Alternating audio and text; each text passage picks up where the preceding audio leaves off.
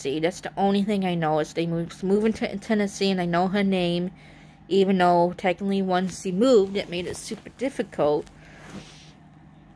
But once she moved, she changed her name. I think she kept her first name, Erin, but I think she changed her last name. And after she moved, it was, I want to say, 12, 13, 14 something years ago. I never saw her again. I mean, me and my grandma, we tried to go to their house, and we tried to talk to the family, and her family that lived in the house were like, we have nothing to do with her. She's not part of this family anymore. We don't know nothing about where she lives, only in Kentucky. I think it's Tennessee that she moved. Tennessee or Kentucky, I want to say. And after that, it's just like, you know, I think I had a name. I think I might have found her on Facebook, but something happened where she might have blocked me, or I like might have accidentally like removed, because this was like around the time that Facebook first came out. Facebook was like brand spanking new at the time. It was this, I think it was out for a little bit at the time, like maybe a year or two.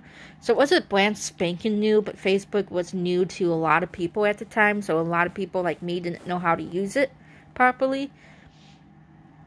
And it was completely different than it is now. And I swear I found her on Facebook, but something happened where it just disappeared. I don't know if I pressed something. I don't remember blocking her, because if you go into the people I blocked, because fortunately I've had to block a lot of people in my life on Facebook. But like, the names don't look, I mean, I know who I blocked, and I didn't block her. I wouldn't have done that to her. She was a girlfriend, she was a sister to me. I would not have blocked her on Facebook, and I would hope that she would not have done that to me either, you know. But this one day she kind of like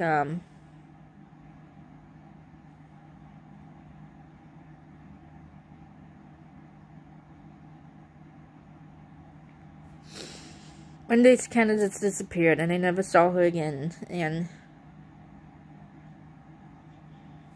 if I could go back to that day that we last saw each other, I would tell Erin, when you get to Kentucky, wherever you get to your location, wherever you're going, send me your address. You know, you could go to Kentucky, you could go to Tennessee, you could go to California, you could go to Texas, you could go to Seattle, Florida, Wisconsin, New York, you name it. You could even have gone to Mexico, Canada, and I still would have probably came and saw you. I still would have came and hung out with you. I still would have came and been your girlfriend. I would have came and saw you. I would have came and visit. You know, just because you move out of state doesn't mean we can't be friends. And I regret that, because it's like, I would have told him, make sure you write down, send me a letter of where you're at. Let me know where you are. And it didn't happen. And I have a few pictures of her. I have a few pictures of her. And, I don't know why I'm kind of getting emotional about it. You know, I kind of feel like I want to cry, even though I don't know if it's something to cry about. But, you know, she was just such a good friend. You know, she was friends with my family. She was friends with my grandparents, my mom, my dad, my sister. Everybody loved her. You know, she's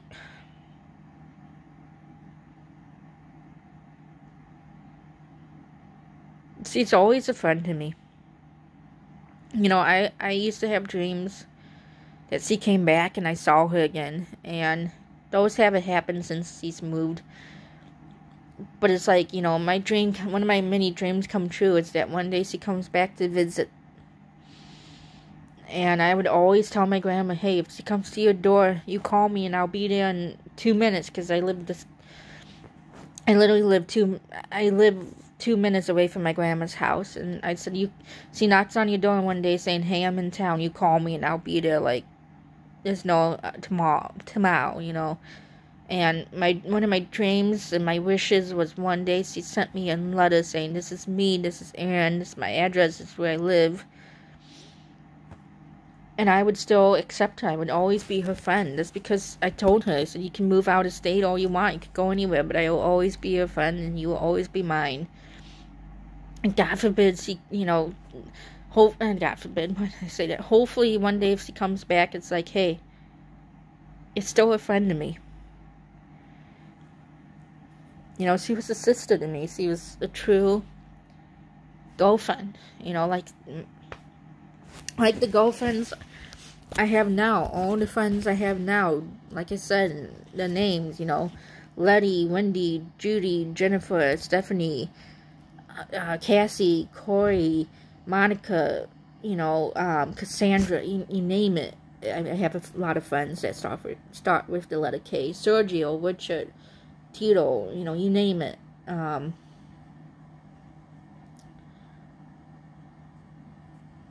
They're girlfriends too, and I don't love them any less than I loved Erin. I loved Erin the same way I love these friends that I have now. The set of friends I've had now, besides for maybe a few here and there. Like, for example, the friends like Letty, Wendy, Judy, Stephanie, Jennifer, Suri, I've known since high school. Someone like Cassie and Judy and Monica and everybody else kind of came a little after high school, and just like Erin was a girlfriend to me, their girlfriend, they know this, but their family,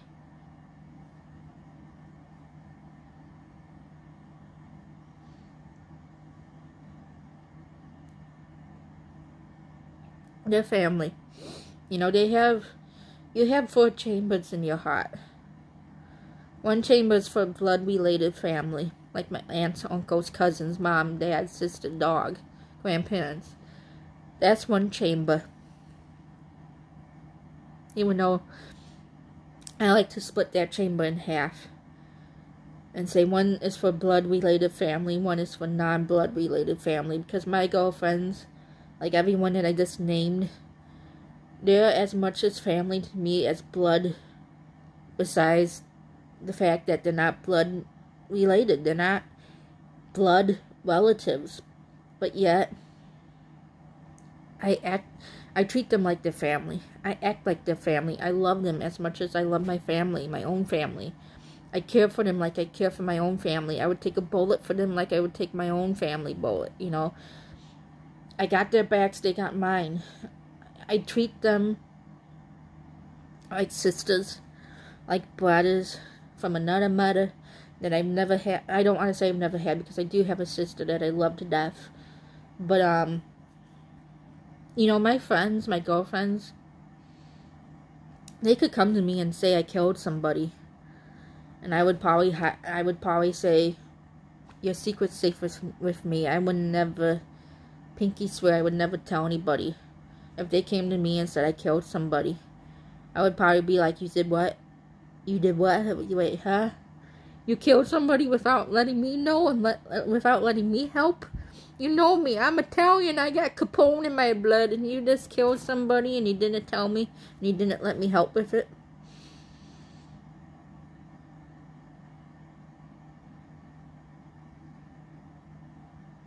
I'm very thankful for the friends that I have. They're family to me. They're family. Like, I know I sound like a broken record, but I'm not lying. The friends that I have, besides maybe the 4 friends that I had in high school, but the friends that I have now, I didn't have 12 years ago. I didn't have 14 years ago. That I regret, because it's like every friend that I have now grew up in Streamwood. Literally, one friend that I have literally grew up like, a block away from my Oma's house. And it's like, I could have grown up with them. I could have known them when I was younger and loved them and cared for them. And, you know, like Stephanie and Letty, they grew up literally across the street from each other. And from my house, where they live compared to my house, is like down the block. Literally down the block from where I live. So they're like a minute or 2-minute drive from my house. It was scaring me.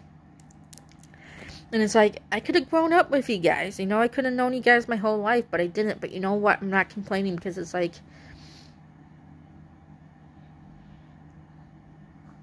today I was in cooking class. I was sitting at the table, not alone, because there was multiple people sitting at the table, but I was by myself. I didn't have any friends. Across from me, I was looking at this group of table that had pretty looking girls. They, you know, my friends aren't ugly. They're pretty. Not gay, but they're pretty. And, one of them waved me on. I can't remember what one waved me on. I want to say it's this one, but they say, no, it was me. No, it was me. No, I did it. Doesn't matter who waved me on, but one of them waved me on, like, come over here. And I'm the shyest person on this planet. I'm very shy. But for some reason, something was telling me, go over to that table. So I did, and they pulled up a chair, and they introduced themselves. And ever after that, we became good friends. We became best friends. Ever that exact moment I pulled up that chair and sat down at that table with them, ever since then, we've been girlfriends. We've been sisters. Sorry about the lighting. I know the sun's like, because it's cloudy day, because it's raining. So that's why it keeps getting darker and brighter and darker. Anyways, ever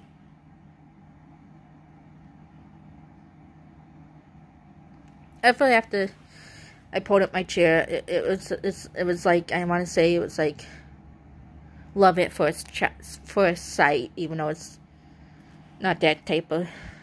Oh, snap. It's love, but it's not that type of love. You know, I love my girlfriends. I love my family. I love my friends. But it's a different type of love. You know, compared to, like, if I had a boyfriend, you know. It's love, but it's a different type of love. I don't know how else to explain it, but I knew from then it was going to be good, and it has been. It's been...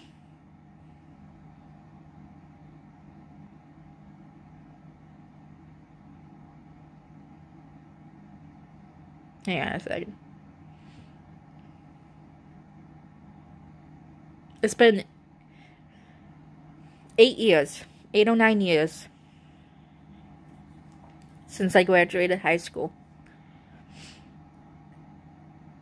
And I would not take that day back if someone paid me. They are still friends to... Well, they're still friends. For example, Jennifer, she's a girlfriend of mine that I met at cooking class in high school. I'm a bridesmaid in her wedding. And I always knew, even before the wedding, the hell is that? I always knew that she was a sister to me. Snap.